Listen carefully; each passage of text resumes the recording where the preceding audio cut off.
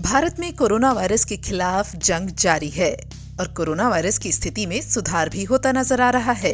भारत में पिछले 24 घंटे में कोरोना वायरस से संक्रमण के 11,067 नए मामले सामने आए हैं। देश में लगातार 12वें दिन 15,000 से कम कोरोना केस दर्ज हुए हैं।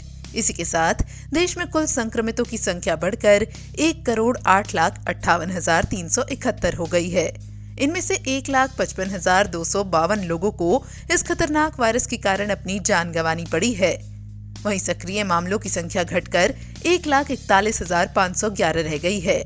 जबकि कोरोना वायरस के संक्रमण को हराकर ठीक होने वालों की बात की जाए तो पिछले 24 घंटे में देश भर में 13,087 मरीज ठीक हुए हैं और ये संख्या बढ़कर 1,05,61,608 हो गई है और देश में रिकवरी रेट 97.26% हो गया है। देश में कोरोना वायरस से बचाव के लिए अब तक 66 लाख से ज्यादा लोगों को वैक्सीन की पहली खुराक दी जा चुकी है, लेकिन कई स्वास्थ्य और फ्रंटलाइन कर्मियों ने वैक्सीन को लेकर हिचकिचाहट या दूसरे कारणों की वजह से अब तक खुराक नहीं ली है। ऐसे लोगों को सरकार वैक्सीन लगवाने के लिए एक और मौका देने जा रही है। जो स्वास्थ्य कर्मी 20 फरवरी तक वैक्सीन लगवाने से रह जाते हैं या लगवा नहीं पाते हैं, उन्हें 24 फरवरी तक एक और मौका दिया जाएगा।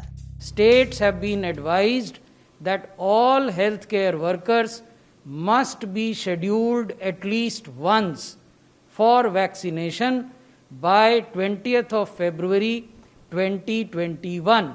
States and UTs have also been advised that mop-up rounds for healthcare workers must be organized by 24th of February. ये मल्टीपल मॉपअप राउंड्स हो सकते हैं। स्टेट्स चाहें तो 2 मॉपअप राउंड कर लें, स्टेट्स चाहें तो 3 मॉपअप राउंड्स कर लें।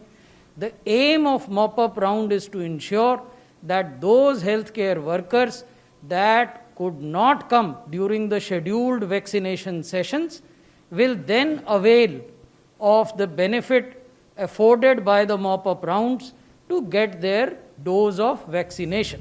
हालांकि केंद्र की तरफ से राज्य को कहा गया है कि वो प्राथमिकता समूह में शामिल लोगों को वैक्सीन लगवाने के लिए एक से ज्यादा मौके भी दे सकती है। बता दें कि भारत में 16 जनवरी से सीरम इंस्टीट्यूट ऑफ इंडिया की कोविशील्ड और भारत बायोटेक की कोवैक्सीन के साथ वैक्सीनेशन अभियान जारी है। एक तरफ भारत में वैक्सीनेशन जारी है तो दूसरी ओर भारत ने इस मुश्किल दौर में कोरोना वायरस का टीका जरूरतमंद मुल्कों को भी मुहैया करवाया है, जिसकी विश्व पटल पर खूब तारीफ हुई।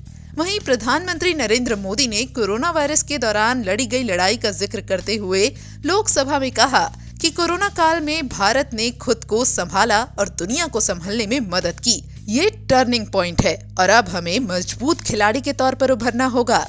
बहरहाल यहाँ एक बात जरूर साफ कर दें कि दैनिक जागरण कोरोना वायरस की किसी भी वैक्सीन या दवा के इस्तेमाल की सिफारिश नहीं करता है, न ही किसी दावे की पुष्टि करता है। दैनिक जागरण के वीडियोस सिर्फ और सिर्फ जानकारी के लिए हैं।